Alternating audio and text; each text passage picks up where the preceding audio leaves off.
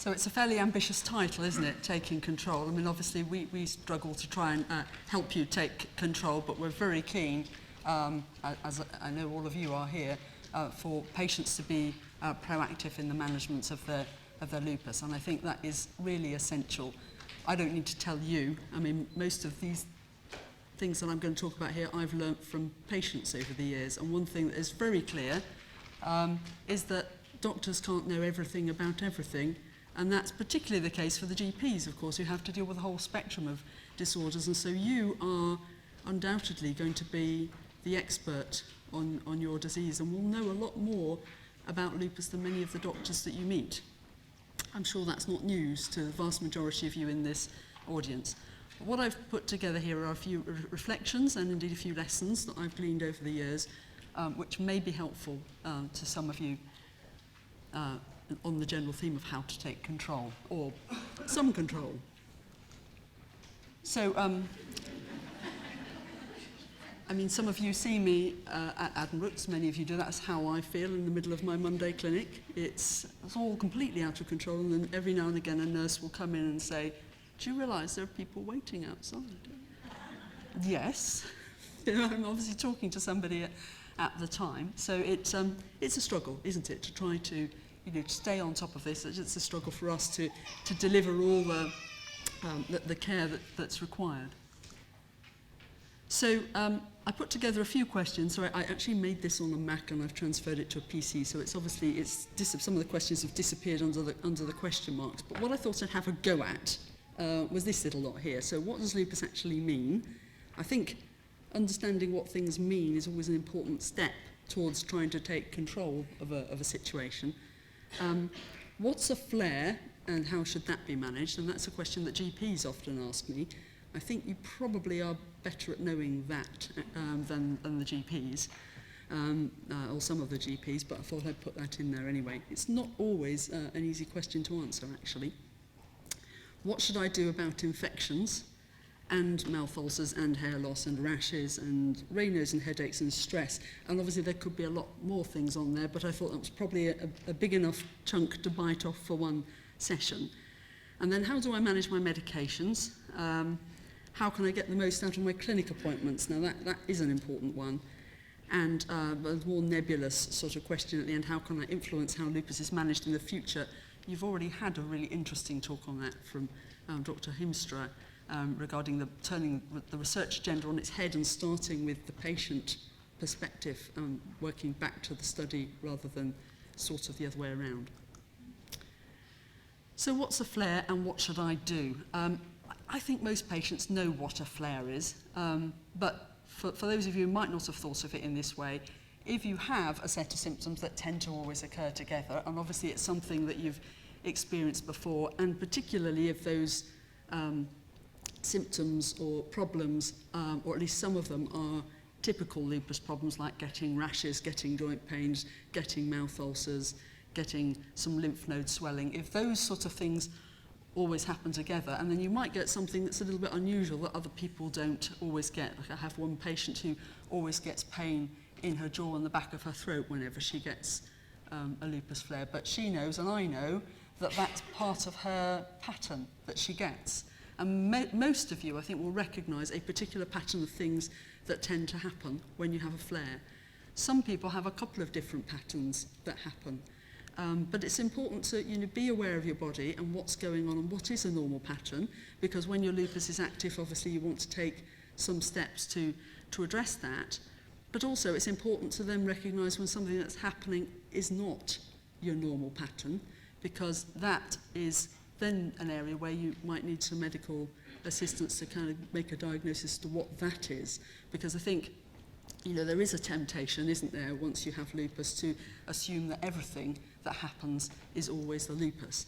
And patients and I often have a sort of hysterical giggle in the clinic when people come in and they've got flu or they've got a nasty cold or something, and they say, but my GP told me they couldn't manage it and I had to wait till because I was coming here today. And I think, well, it's not lupus though, is it? No, I know, but that's what my GP said, and we both hang our head in our hands, and it's a well-recognised situation. Not everything that happens is lupus, and you are probably going to be, I'll actually delete the word probably, you are going to be the expert 99% of the time when it is a normal flare for you, and when it isn't. So if it is a flare, a good exercise to do, which doesn't always work, but it can be helpful, is having a think, well, what could have triggered this flare in this case? Has there been something different? Have I been on holiday to Mallorca and been out on the beach? I hope not. If any of my patients are out there, do not do that, please. Have I started a new medication? Could that be causing the flare?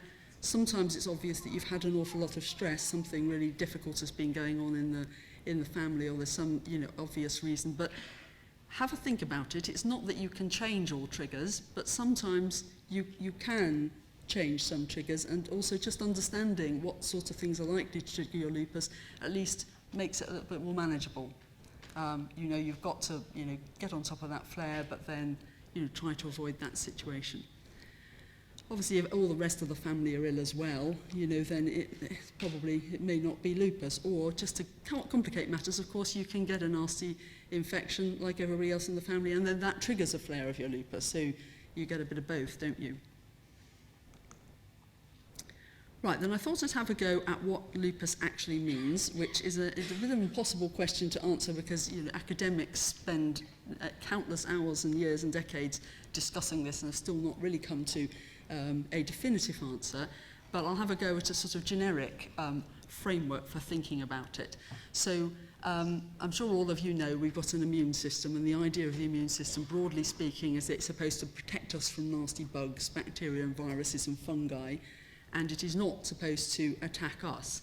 And in order to make this system efficient, we've got sort of two divisions of it, really, so-called innate immunity and adaptive immunity. And don't worry too much about those terms, but the innate immune system basically means a bunch of very plentiful foot soldiers which all do the same thing every time, sort of running around the system. They can be deployed really rapidly and be replenished really rapidly, and they do the same thing over and over again.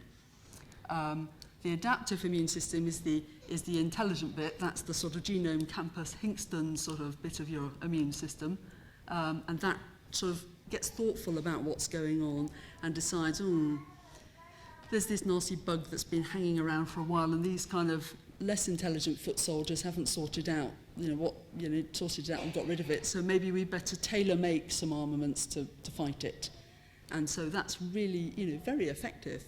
But both bits of the immune system can go wrong in lupus. And this is the one we think about most, because we talk a lot about autoantibodies, don't we? Of this person, you might have an ANA, or you might have an anti-Ro, or one of those sorts of antibodies.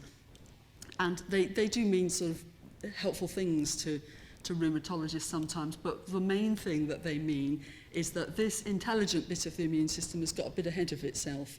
It's actually made a wrong decision and decided to make an antibody against a bit of you and not actually a bug or a virus. So it's made the wrong decision, and it's gone off and tailor-made something that unfortunately attacks one or more areas in your body. So that's a big part of what lupus is.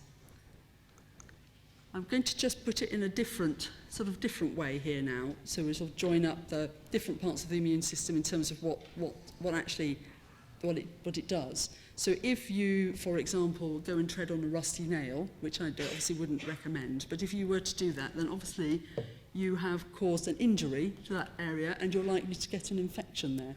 So that's the start of a process which should trigger a normal immune response, should kick it into action. And the first thing, so there's the nasty little bug there, okay, gone into your foot. So the first thing that should happen is the immune response should sense that all is not well in your foot, and that something nasty has happened, there's damage and there are some bugs. And so it senses that, and then it sends out some communication short range to other cells in the tissue, and long range in the blood to say, help, not right, things going on, danger, need a bit of action here, need this sort of thing, that sort of thing. Send them in, so then they recruit the little foot soldiers in to get on with it and try and clear up the mess. And they sort of radio the long-range effectors, so get the liver to make more of these things so you don't run out, And then all those little foot soldiers go into action. Here we are, they're the little knights on horseback, and they fight away and they kill all the bugs and engulf all the viruses, and then nice and calm, okay, a bit of Tai Chi, immune system all calm down, it's all over, let's go back to normal. That's what's supposed to happen. Right now, in genome studies that have been done in institutions like this, it's been found that there are about 200 different separate genes that are associated with susceptibility to lupus. And the vast majority of those genes code for proteins that control bits of the immune system, either the innate immune system or the adaptive immune system. And so it's not a surprise then, when you think about it like that, that because different people with lupus will have different combinations of variants at these genetic loci, would have different combinations of these susceptibility genes, it's therefore not surprising that no two patients have the same kind of lupus. It all looks a bit different in different people. But these are the sort of things that we know tend to go wrong. So when there's an infection or injury, there's a little bit less, sometimes a little bit less effective at, the system's a bit less effective at picking up that the wrong sort of thing's happening. It sometimes gets the wrong idea about what sort of immune response is needed. It might, in contrast to that, be oversensitive, be detecting not only the bug, but all sorts of normal components as well, and thinking, well, that bug's not right, but that cell's not right either, and that protein's not right, and that's not right, and that's not right.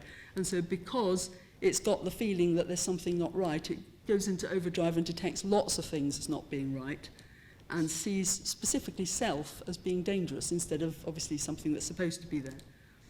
And then it sends out its short and long range communications, and some people have genes which mean that these bits are over enthusiastic. So instead of radioing saying, can I have 5 platoons of foot soldiers please, it says, no, give me 1,000, give me 1,000. It sends for much too much.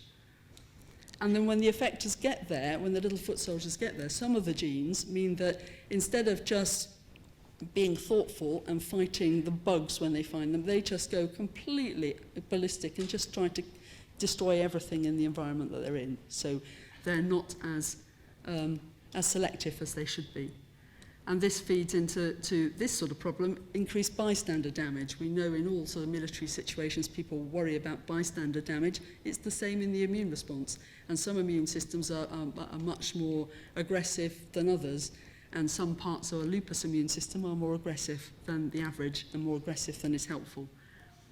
And then this relaxation phase can also go wrong because that has to be actively managed. The soldiers have to be put on the bus, sent back to the barracks. Everything needs to be calmed down. Sometimes that goes wrong and it doesn't settle down. So you can see, you know already, but this is another way of looking at why things are complicated when we're trying to manage lupus.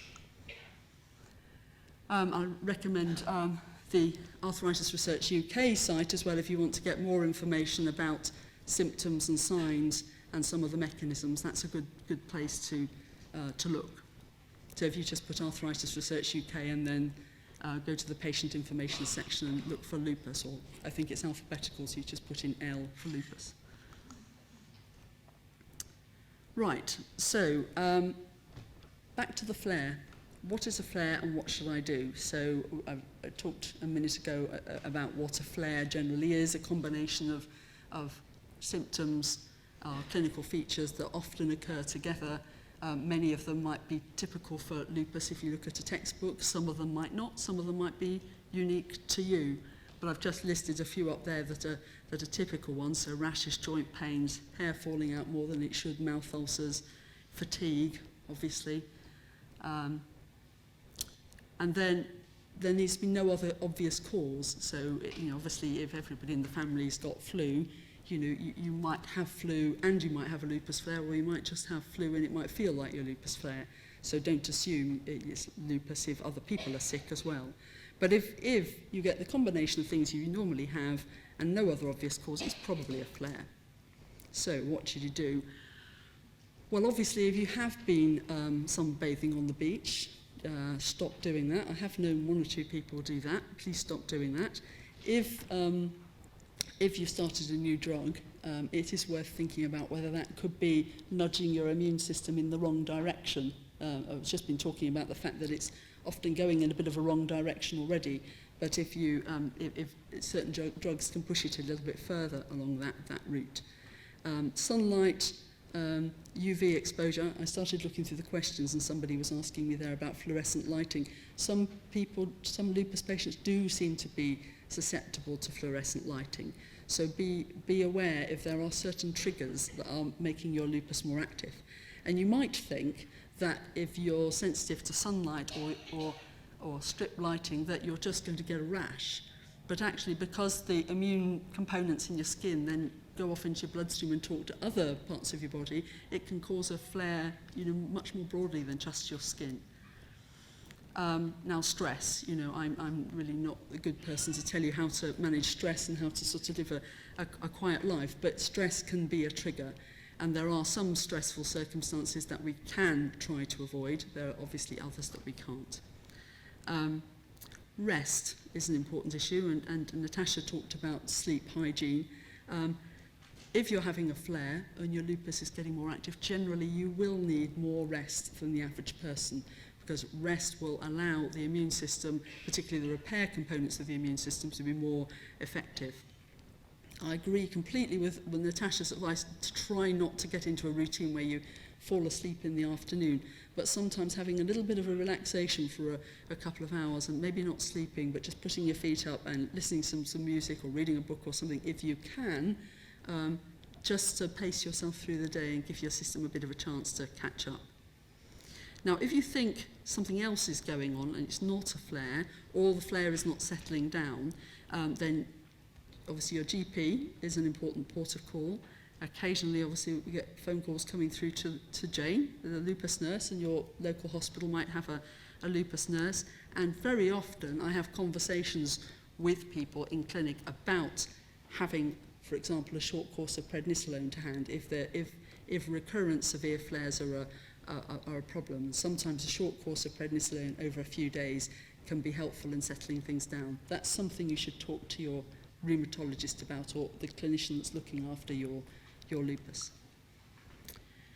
Infections. Obviously, everybody gets infections from time to time, but if you have lupus, you have a higher risk of getting infections, partly because your immune system is off doing the wrong thing, and therefore not enough of it is doing the right thing, sometimes to protect you. And then unfortunately, people like me come along and give you sometimes medications which make the immune system a bit more sleepy, and that is not always helpful. So things that you can do to try and take control of this is have a thermometer at home. If you're feeling hot and sweaty, take your temperature. If you don't have a temperature, it's usually much less of a problem than if you do have a temperature. If your temperature's going up, could mean you're having a flare of your lupus, if that's your normal pattern, but it could also mean you're getting a significant infection. Now, some people get recurrent chest infections or recurrent waterworks infections, and if you do, then having the relevant little pots at home with you, so have a word with your clinic or your GP, so you've got a sample pot there so you can produce a sample and get it off to the GP as quickly as possible and before starting antibiotics, if possible, because not likely to grow anything from it once you have started antibiotics. So get that off. Keep a record. I'm going to talk about records in a minute. People who work with me at Addenbrooke know I'm a bit, got an interest in how we record data, but I'm afraid you can't always assume that the doctors and the hospitals will have the data. We're trying to develop systems which mean we have more reliable and more accessible data, but it isn't always there. So if you have a nasty reaction to something, for goodness sake, keep a little log of that so that you will know if anyone tries to prescribe that to you again, that that's not a good thing for you to have. So be aware of which antibiotics do not suit your system. If you have recurring infections, that's something to discuss with your rheumatologist or your chest physician or whoever looks after that area. For example, if it's a chest infection, it might be the chest doctor that you talk to. because it may well be that there are reasons why you should have a higher dose of antibiotics or a longer course of antibiotics than the standard that the GPs are likely to give. And if that's the case, what I've found very successful is to put that in your clinic letter in the GP action so that you've got a copy and GP's got a copy, and then when you need that to happen, all you need to do, if they can't find their records, you've got yours, you can show them what the plan is. Flu vaccine is something that we generally recommend, although we are aware that a few people have a problem with it causing a flare. Usually, and the evidence suggests that it's usually less of a problem to manage a flare after a flu vaccine in a minority of people than not to have the flu vaccine. With chest infections too, sometimes it's helpful to have pneumonia boosters. So there are a couple of bugs that cause that cause chest infections, pneumococcus and Haemophilus influenzae, to which you can have boosters if your immunity is low, and there's a blood test we can use to check your immunity, and many of you will know that you've had that done in our clinic. If that's low, we'll send a letter to the GP saying, can you arrange this booster? Mouth ulcers, common problem, very common problem in lupus. And I haven't specifically talked about a dry mouth anywhere in the talk today, but of course sicker symptoms, dry mouth and overlap with Sjögren's is common in the lupus spectrum. So thinking about good dental hygiene and gum hygiene is important. Thinking about a good diet, plenty of fresh vegetables, vitamin C containing foods, important for wound healing. But if they are severe or recurrent, again, discuss with your GP, discuss with your rheumatologist. Other factors that can make you more likely to have recurrent ulcers, apart from just having the lupus itself, are vitamin deficiencies, including iron, vitamin B12, folic acid. Sometimes the drugs that you're on, of course, methotrexate is well known for being associated with ulcers, and that's why we give folic acid with it as well. Sometimes, if you have a really bad episode with lots of mouth ulcers, it's a bit more than your normal lupus. It can turn out to be a viral infection. So we've found a few people who've turned out to have EBV or CMV, and that might be the reason it's happening.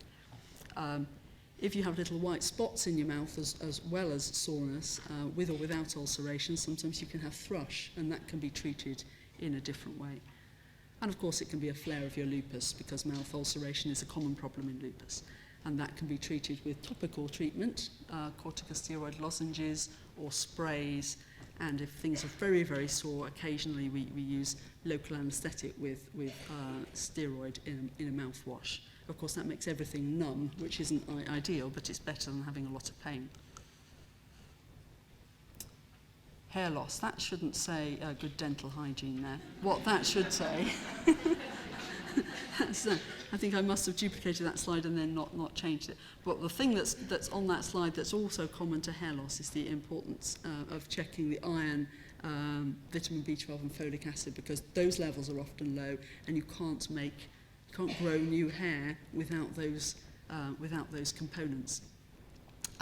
Now remember, this is not something people think about, but we talk about sun avoidance, but when you're walking around, which bit of your body gets most sun? It's the top of your head, isn't it?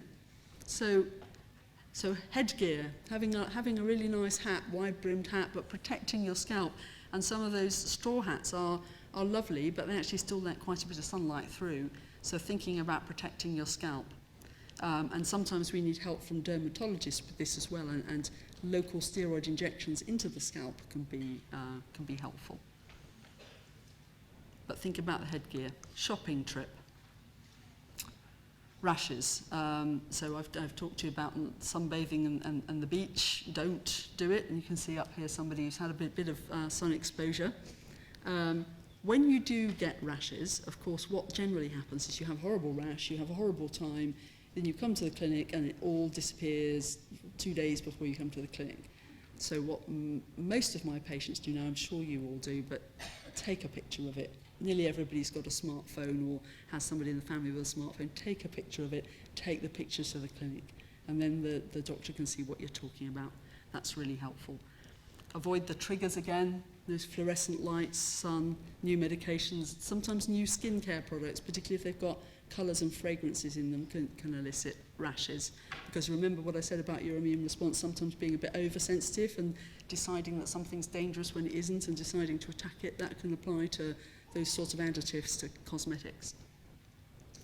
Avoid direct sunlight, use the high SPF, so the SPF 50 cream, get some nice headgear like this lady has here, and long sleeve cotton shirts, those sorts of things help. But remember, they don't cut out all the UV, so it doesn't mean you're insulated from all the UV irradiation. Some medications that we use, of course, like hydroxychloroquine, topical steroids, but with a plan from a doctor, because we don't want people using topical steroids for a long period of time because it does thin the skin. And there are a couple of rashes here I just wanted you to be aware of. The top one is a purplish rash, which if you press on it, so this is the tumbler test, if you take a glass and you press on it, it does not blanch or disappear. And sometimes this kind of rash is raised up as well, it's a little bit bumpy. That's called a purpuric rash, purple, purpuric, and we worry about vasculitis. And vasculitis means inflammation in lots of little small blood vessels, and it might be happening in other parts of your body as well. So that's something that needs urgent attention. Okay? This is another kind of rash here, which can look like some lupus rashes, but if it's itchy and it's got this sort of rim and particularly with a little bit of flaking around the edge, it might be fungal. And some antifungal treatment could be the best way of getting rid of that. And if you go to your GP, sometimes they'll send off a few little flakes of that to the lab to see if there's fungus in it. But just be aware of those couple of different sorts of rash. Raynaud's is a problem for a significant number of people with lupus, obviously not as many as people with systemic sclerosis, but still quite a problem. And this time of year is a good time to think about gloves and hand warmers, getting perhaps some nice wrist warmers. Remember too to keep the body warm before you go out. If you put your coat on 10 minutes before you're supposed to go out so that you're really feeling almost uncomfortably warm before you go out the door, that's going to keep your hands warmer. Stop smoking, obviously for every part of your body, that is the right advice, including Raynaud's. There are some medicines which can help, so the calcium channel blockers like nifedipine can be helpful. Medicines like losartan are also sometimes used. And the antidepressant fluoxetine is quite interesting in this regard, in that it also has some beneficial effects on Raynaud's. So if you do need a medication because of low mood, it might be a good idea to talk to your GP about trying fluoxetine instead of one of the others, because you might get two benefits for one medicine. Now, if your Raynaud's is severe or you develop finger ulcers, that's something that needs to be discussed with your rheumatologist. And if you don't have a clinic coming up anytime soon, ask your GP to write and see if it can be brought forward.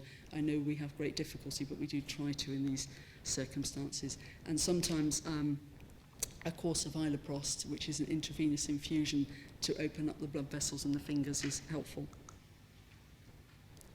Headaches are a common problem, obviously a common problem in the population at large, but more common in lupus. Again, as I've said many times before, look for any triggers in you. Think about whether it could be a migraine. Most people know what a migraine is, but if you're not sure, it's typically associated with sickness, vomiting, sometimes with these what are called fortification spectra, these zigzag lines which can appear in your vision, often before the headache starts. And often the headaches come on early in the morning, often just before you're waking up. So you have to sort of train yourself to wake up when you get those sort of symptoms. And waking up when you get the symptoms early can be really helpful, because a lot of people find that medicines like sumatriptan are a really good way to terminate the attack, but you have to get it early. If it's happening often, talk to your GP about preventative strategies, and if that's not getting you anywhere, talk to your rheumatologist. It might be a reason for you to see another specialist, or they might be able to help you with that directly. If you don't think it's a migraine kind of headache, it's a good idea to check your blood pressure. Either go along to the GP surgery, or even better, have a home blood pressure monitor so you can check it yourself. Sleep apnea has been mentioned as well. So if you are aware or if you're told by your spouse that you are snoring and waking up a lot of time during the night, it might well be that your oxygen levels are dropping, and that can give you a headache. But of course, if you have a headache which always comes on with all the other features of your lupus and is part of your flare, it's probably lupus and needs managing as active lupus.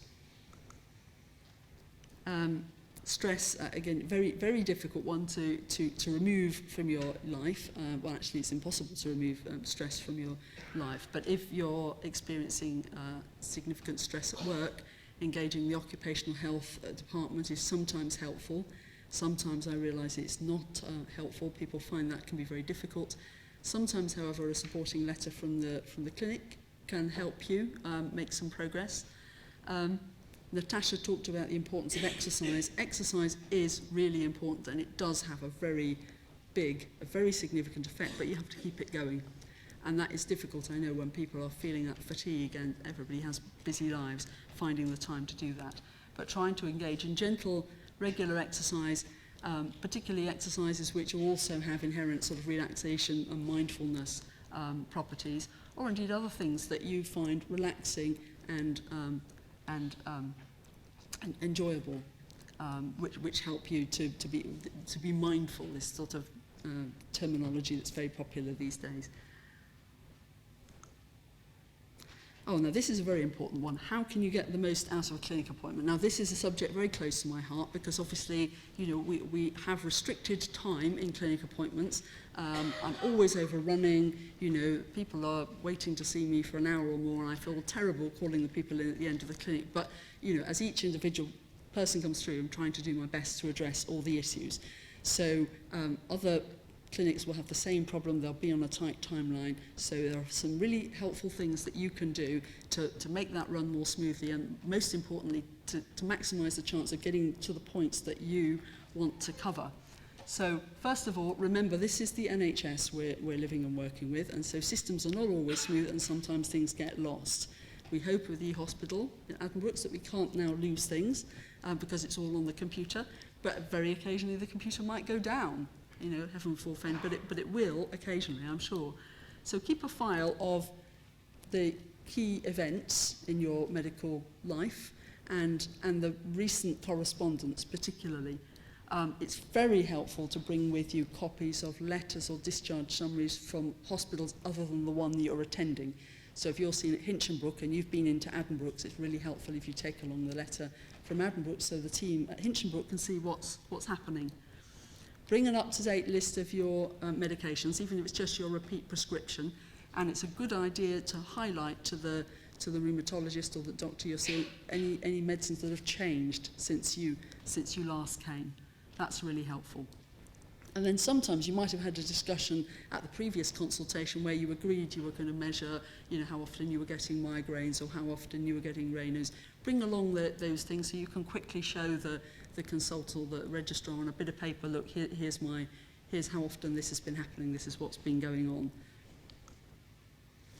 Then you're bound to have a lot of things that you want to discuss, but write down the 3 most important ones to you so you can put that on the table and try at least to get through those issues while you're in the clinic. The worst thing you can do is talk about all sorts of different things, and then just remember as you're going out the door that there's something really important you wanted to talk about, because often the doctor just won't be able to stop and do it at that point. When you have talked about your issues and made a plan, sometimes there are a lot of things that you've talked about and there are a lot of different things that have to be done. So it's helpful if you feel you're going to have trouble remembering that, just ask the doctor if they can quickly jot down the plan or put it on your letter on e-hospital so you can see clearly what you have to do and what other people have to do and what the plan is. And also importantly, check you know what you need to do on that visit on that day. And we found that's a problem with our new paperless system, which is, you know, obviously really wonderful in concept, but people sort of get on and say, well, is that it? Are you going to give me anything? What have I got to do now? And they've got to go to blood test and x-ray and pharmacy, and sometimes it's a bit more confusing because there's no bit of paper to tell them what to do next. So if you're a bit confused at the end of the appointment, just try and clarify what it is you need to do. And I always send copies of my letters. I think many clinicians do now, but ask for a copy of your letter if if you don't get one automatically, because it's all about you anyway, it's not about anybody else, so you should have a copy of it. We're hoping at Addenbrooke that we'll soon be able to launch a program called MyChart on the e-hospital system, which will mean that you'll be able to get your own login and you'll then be able to see your results and see your letters. So that, I think, is very exciting. I'm sure there might be a few bumps in the road with it, but I hope that'll be a very useful way of helping you to take control. Right, we're nearly at the end here, but there's just a couple of important things that I want to say at the conclusion of this with regard to taking the maximum amount of control that you can of the situation. So I think all of you in this room know about the wonderful work that Lupus UK does, and the Cambridgeshire branch is superb, and the team here have done a wonderful job over the years. I remember, I think, Sheila, 10 years ago, you invited me to speak, I think, first of all, in a little room in the clinical school in Addenbrooke, and I think we might have had 20 or 30 people. Well, things have moved on, and that's absolutely marvellous. I'd put on here, find out about research projects, but of course we've had an excellent talk on how you might actually be able to drive some research projects. Talk to Lupus UK too about local initiatives. So Lupus UK and Sheila have been instrumental in helping us to get Jane, our lupus nurse. That would not have happened without immense support and patience and persistence from the Cambridgeshire branch of Lupus UK. And I know that the aspiration is to get many more specialist nurses in many more hospitals. So find out, is there an initiative at your local hospital? Because you might be able to help by writing letters and supporting that initiative to get that off the ground. And also talk to your local Lupus UK team about places where patient representation is needed to move this forward. I've just taken up a post on what's called the Clinical Reference Group, which is a new group that is overseeing how we might make services more efficient. I mean, obviously people are always worried about costs, so there's a pressure to make things cost efficient, but I'm interested in making them effective, for patients with multi-system inflammatory disease. And I found out on Friday that they really are interested in having a lupus representative there. So that's thrown down the gauntlet. So there's a few ideas about taking control. And I think that's my last slide. Thank you very much.